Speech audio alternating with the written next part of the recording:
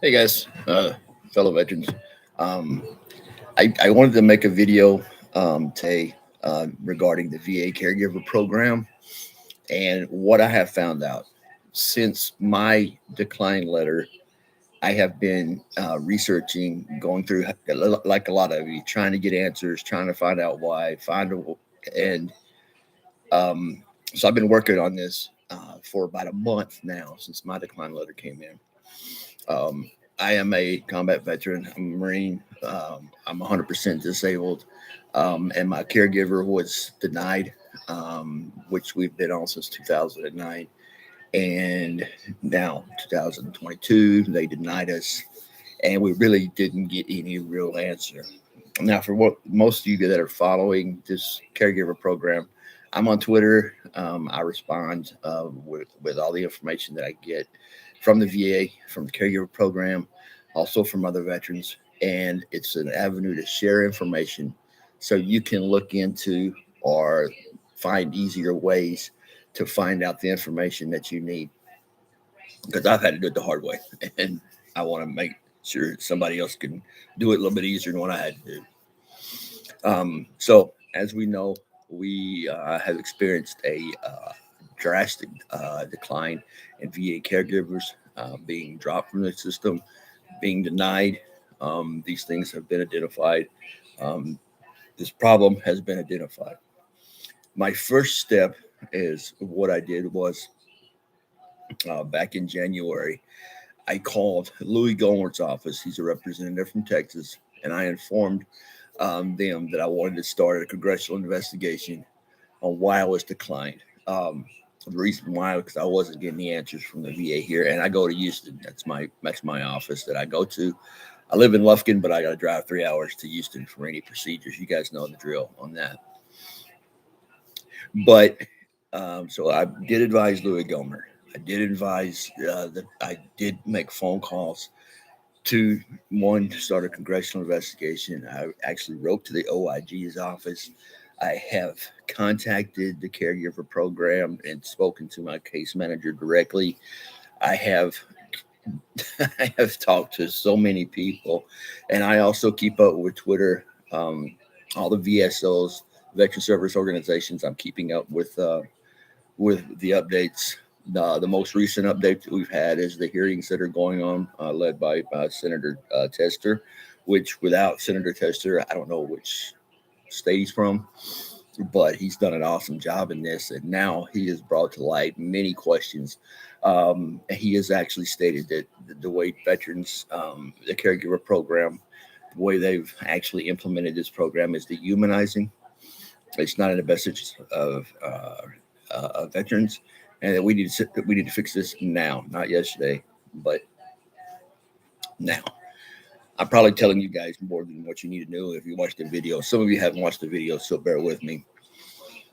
But we had the VA representatives there, and there was two. One was named Miss Richardson, and I don't remember what the other lady's name was, but anyway, they painted a rosy picture saying everything was great. They were increasing the number of caregivers like like Congress wanted, blah blah blah, whatever. Until the VSOs got up there, the Elizabeth Dole Foundation, that is the name that I recognize, whatever. In my opinion, the Elizabeth Dole organization is going way too soft on these VA representatives. They're being too nice, and the reason why I say that is because veterans are pissed, and we need to address that to the VA and to the senators that we are pissed. Not because the fact is that well, there are many reasons why, but you're declining care for veterans, and that's not what we're here for, or what they're there for. They're supposed to maintain our quality of life to the best that they can, to the best of their ability, per our contract signed when we all enlisted or whatever. And I think that they need to be held more accountable. I think that there needs to be names that are dropped. I'm hoping and praying, if you work for the VA and you know about the system, I'm hoping, praying that there will be some whistleblowers that drop this information. But I'll tell you what I found. out so far. First of all, during the hearings, we heard the horror stories. All of these horror stories we all heard before. If you're a veteran, um, and the amount that these families have to go through just to take care of their veteran um, was dehumanizing. Many reasons why, but it's dehumanizing because the fact is the reassessments, the time people have to take, the effort that you have to put in the forms that you got to fill out. It's just astronomical. Um, Everything that you do with the VA, it's got a link, it's got a number. But if you notice real quick, they don't give emails to these case managers or these caregivers. They just have an office where you can write or whatever. So when you call and answer the phone, I talk to it. Most of this information I'm getting comes from I guess, a VA, um, a VSO, and he knows the ins and outs. So I'm not going to share his name. I'm not going to do that. But anyway, he was saying how they do it at the VA. One of the ways they do it, now to answer your phone call, is that they put you on continual hold. And many questions have arisen saying, well, how can they keep doing that? Well, they'll put you on hold for a set amount of time, let's say for 2, 3, 4 minutes, and then the phone will go off. So what they do is just press a button, put it back on hold again. So that's how you get caught in that a loop, which brings you back to the main menu where you got to do all this crap over again. What they're hoping for is the fact that you finally give up. I mean, after an hour or 2 hours on hold, I mean, it's like, what are you going to do? Walk around with your cell phone? But they put you on a continual loop. So you can't. So make it very difficult for you to get answers or to ask questions or to verify something you got in the mail or talk to the individual who sent you the mail. Um, this goes on with the VA altogether, but it's specifically being noted now for the caregiver program because when they cut everybody out, most people just got a letter. Most people, their reassessment, reassessment was done over the phone. And it was very narrow minded questions. It was like, can you walk? Um, well, the truth of that is now I told the assessor, I told her, my case manager, I told her, I can walk about 2 or 3 steps, but after that, it's a given. I mean, it's a given. I'm going to fall because of I don't want to name all my injuries, but I have PTSD really bad, and then I have injured knees, and my sciatica is paralyzed, and I have back problems as well. So I don't never know when I get up what's going to give out. So I walk with a cane, and it's a stick. I walk with my stick, and it's not there to balance me. It's just to help me get up when I fall down. I can't shower. I can't take my medication. I can't eat. I can't fix food for myself for various reasons. But the most dangerous ones is that I fall out of the shower, so I have to take my stick and put it in there so I don't fall out. I have a tub that I can get into, but I can't pull myself out. And everybody hears these horror stories, and I don't want to go into my horror stories or whatever. Um, but this is one way they keep you on continual loop, and they do that on purpose. The second thing is that the case managers and the supervisors at your local VA, like mine is in Houston, as I said, I learned that they did not. There is no seat team or the people who make the decisions. For example, I go to Houston. It's not located in Houston. It's actually located in Washington or a centralized office that makes the determination of whether you will continue a caregiver issue. So, in other words, a person, you don't know who the hell they are. The case managers don't even know who they are. The supervisors don't even know who these people are. They send it back with a declination, no signature, no nothing, and send it back to the case manager, and the case manager signs off on that declination. They do this for a reason because they don't have to be the ones. There's 2 reasons why they do this. Number one is because they don't have to be the bad guy, and they don't want to make those phone calls, so they leave it to the people down the line. You know, shit rolls downhill, um, and that's where we get these phone calls and these letters from. Number two, and I'm sorry if I get lost in PTSD or whatever. Number two is the fact is that we cannot prove as of today that these individuals making these decisions are licensed in the state or have a license at all who are making these decisions. I put in two Freedom of Information requests to the VA requesting who sat on my seat team, what are their names, what are their titles, and what specialty they have. Like I wanted to know, was there a psychiatrist available there? Was my back doctor there? Was all my injuries, were they taken in consideration on all this or whatever? And the VA won't get back to me. The VA has 10 days to answer a Freedom of Information request. I've sent my second one off yesterday. They will not provide the members of the seat team. I know in your head it's going ding ding ding. Why is that? Well, because if you have the name and you have the name of the seat team, you can personally file a lawsuit against them because of the fact that they had to show certifications that they went to work for the VA and where they're licensed to practice medicine. Think about that. You're declined or you're denied by a group of individuals who sit inside a room who you don't even know if they're qualified doctors or what their specialty is. Do you see where we're going with this? So in other words, and then their decisions that they make, they never sign their name to it. So it's sent out to the case manager. The case manager has to sign off on it. And it all looks like it's a case manager when it's actually the seat team who's hiding behind the scenes, who's implementing these procedures. So necessarily your reassessment or your assessment is not determined within your regional office.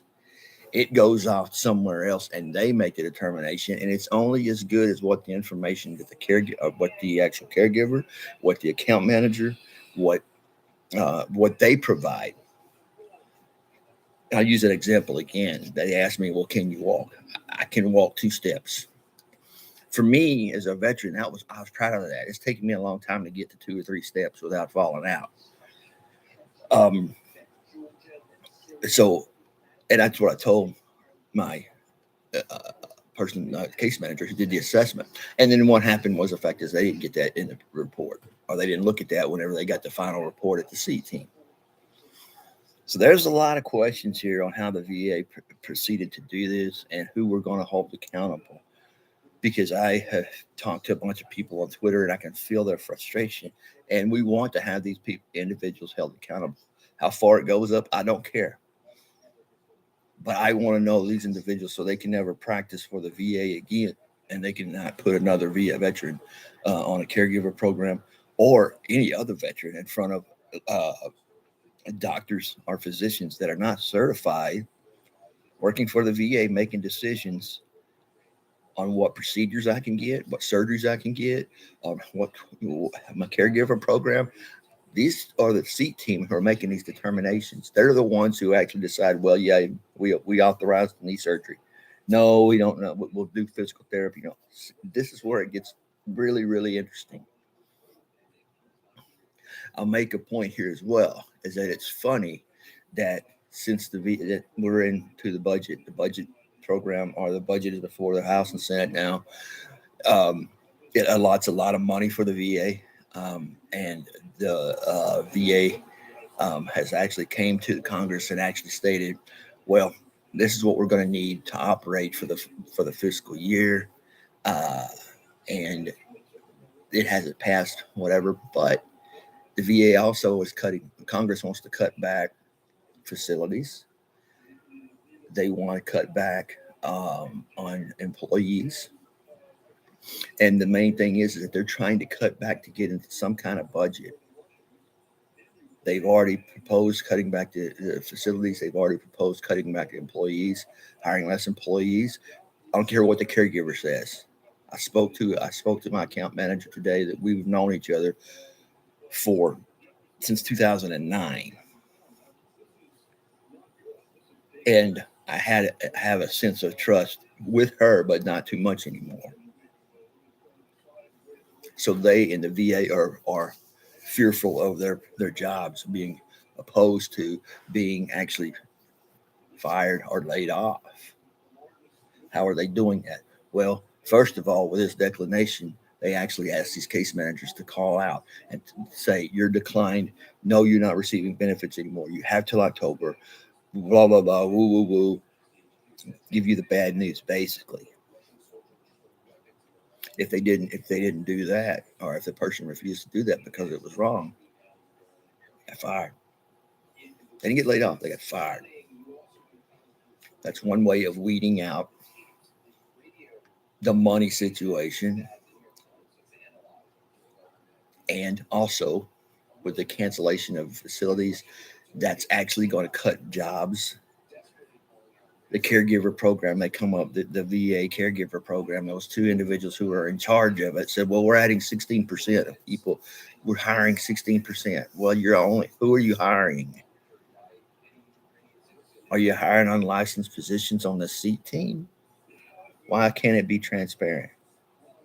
Why does it take 2 months to get a freedom of information request back on information that it's public knowledge? You should be able to know who's on the team, who's making the final decision, especially if they're denying you. Because you have to know what the problem is. Where is the problem? I got declined because of this. Well, I answered this and you didn't hear me when I was talking about this. You just read it on paper. It's a mess.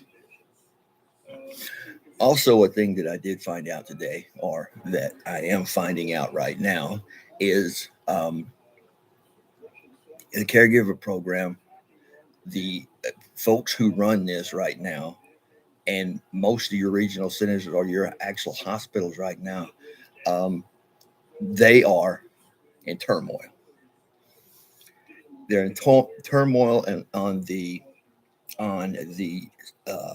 level of the clinic or the actual regional center that you go to, because they don't know. The question was asked today, well, what do I have to do do I have to reapply for my caregiver benefits, or they continued on? I'm one of those groups that went through. We're going to decline it in October.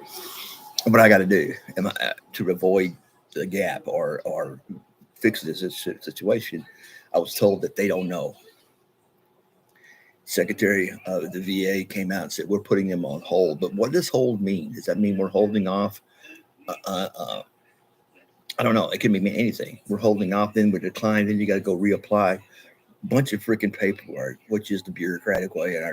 Or do it hard, the sensible thing to do. If you were approved for the program, especially since you've been on it since 2009, well, he ain't getting no younger. He's an amputee. His leg's not going to go back. Okay, the cancer that he received that you're actually treating him for, you already caused it, and it's going to get worse.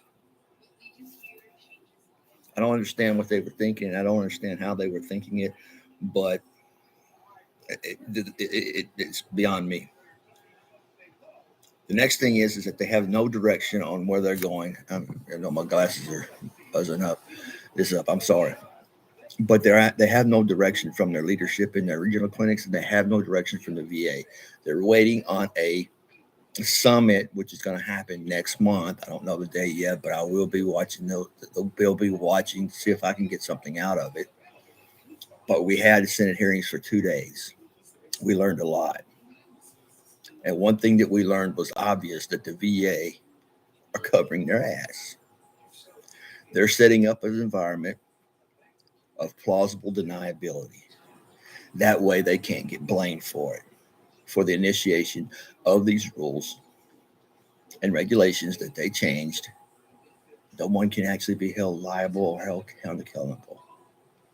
It's funny how each individual department, they don't know who the next department is. They don't know. It's like it comes down from God, and y'all distribute the bad news. That's how it played out. Next thing is that we're looking into, if they implemented this and they actually sent out a letter, please save those letters, because the fact is that if you can produce your medical records, which I've actually got my medical records, prove in your medical records that you have a physician that you see that operates with the VA, and they declined you because of your disability, that's disability, people. That's discrimination. That's a lawsuit of discrimination. They discriminated you because of your injuries. They'd made a determination that your injuries weren't worthy enough for you to be put on the caregiver program, despite what your primary care physician and your psychiatrist said. I've talked to many veterans who I see. I have PTSD. I go to groups sometimes when I'm feeling overwhelmed or whatever. But I keep in contact with those guys. We just do a buddy check. How you doing, man? Everything okay? Hey, I can run by there. Whatever. You know how you do. Just a buddy check. And all of them to the T has actually said they've got declarations of theirs too. And all of them who said our mental health was not considered in the C team. They did not consult our psychiatrist. It wasn't included. Whatever percentage that you have and whatever feedback from your psychiatrist did make it into the file that was being reviewed. Getting back to the discrimination, you discriminated against me. How do I know this? Because my doctor, a licensed practitioner of medicine, actually diagnosed me with this, diagnosed how I was going to get better, diagnosed how I needed treatment. So you declined me because I'm injured, because I'm a veteran, and you declined me from a caregiver. Benefits. There are so many avenues that this can go down to prove the VA has broken the law and twisted the law and lied to Congress, lied to us, and they've covered it up. And they've done this to the caregiver program 3 times and they still can't get it right. My thing is this: then get rid of the people that can't get it right and get some veterans in there that knows what's happening. Get some veterans that have not been groomed for a political position. The 2 VA representatives that they had from the caregiver program. Oh well, I come from a military family. Oh, I'm married to a veteran. Okay, neither one combat veterans. Neither one have sustained injuries. Now, I want to make another determination. VA brought up as a specified separate group of combat veterans. Okay, that means we served in theater. How do you know? Well, catch 214. You would think that they would be able to figure that shit out, but it's the VA. But actually, okay, if you're training and you get hurt and you receive a disability, that's service connected. They failed to leave out that part. So people who were service connected, how many of those were declined as well?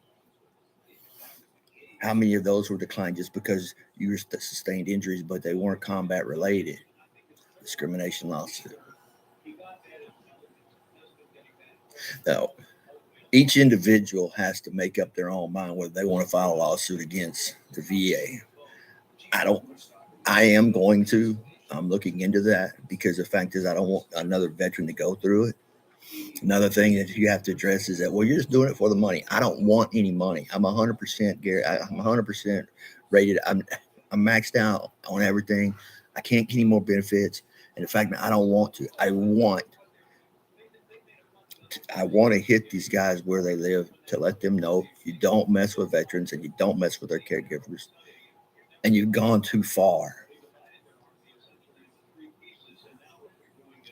But in speaking with the case managers and speaking to individuals that I've had personal contact with or whatever, with one lady, she's not even my case manager.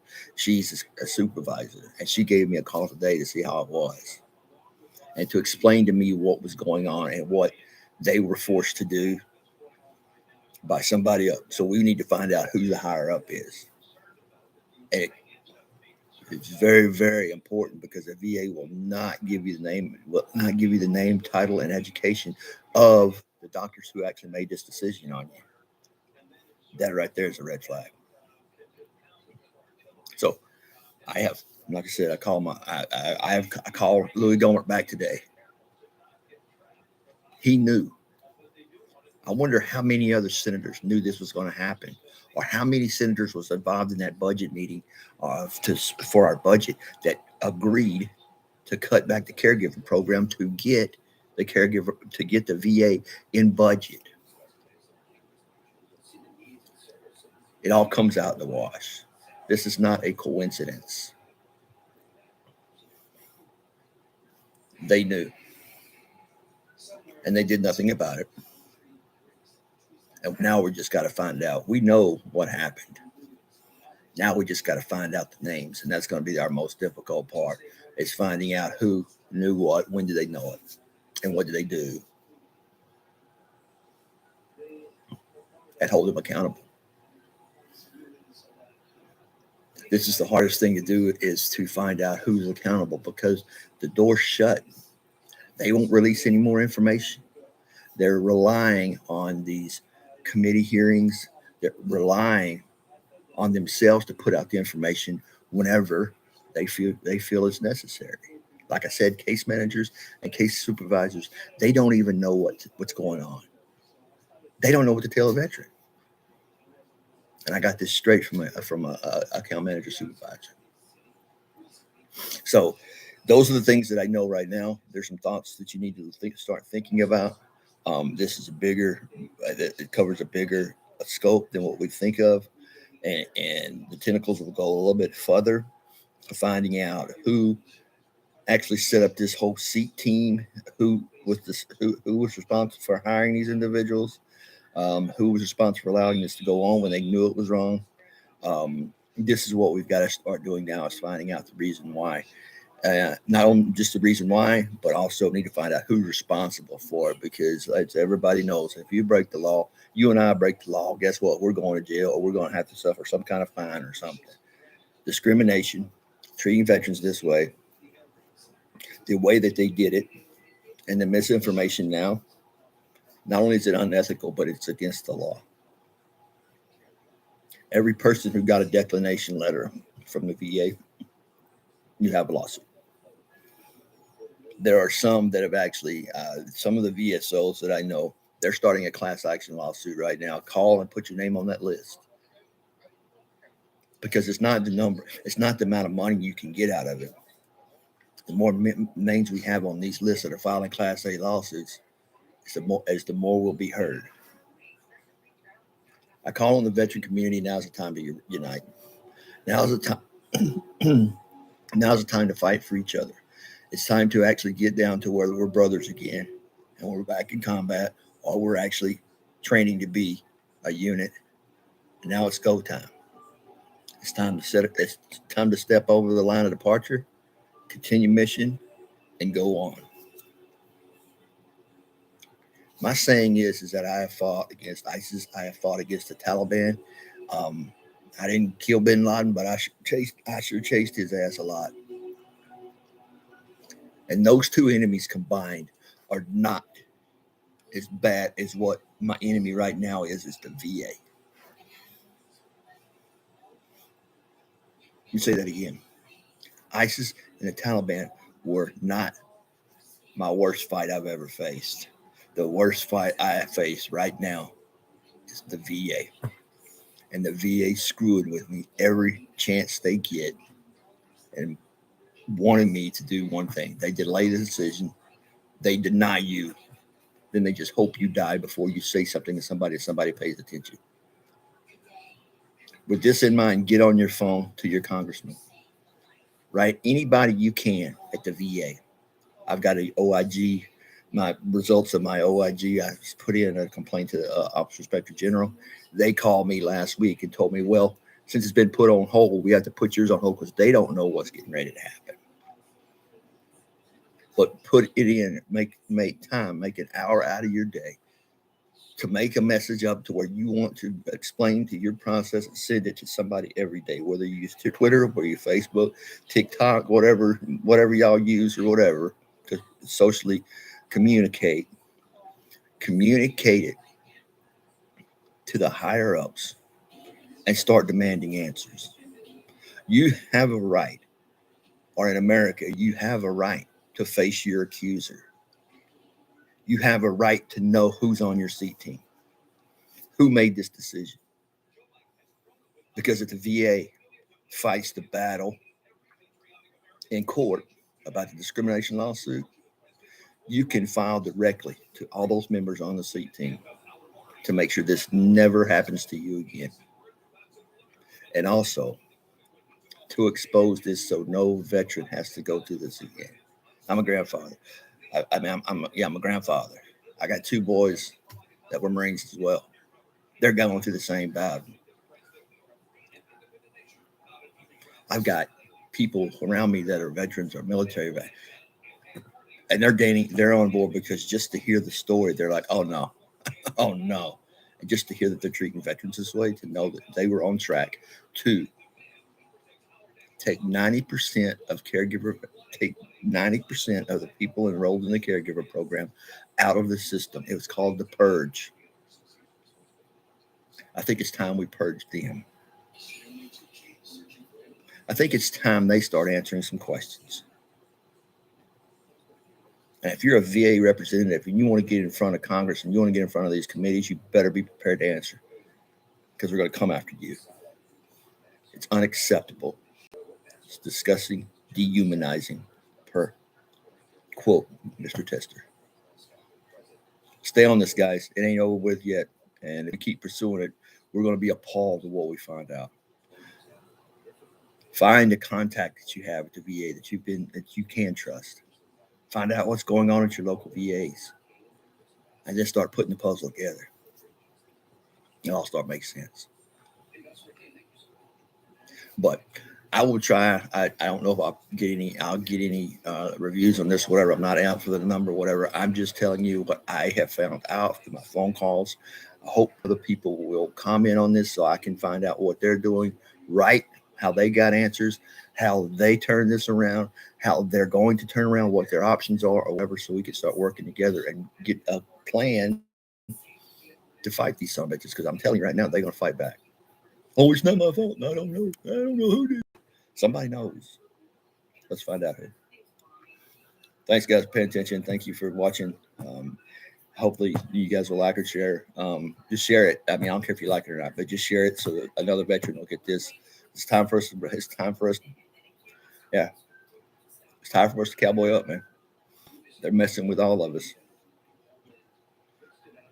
When you mess with one veteran, you mess with us all. We'll teach VA to respect that. You guys have a great evening. I will talk to you soon, I hope. Thank you very much.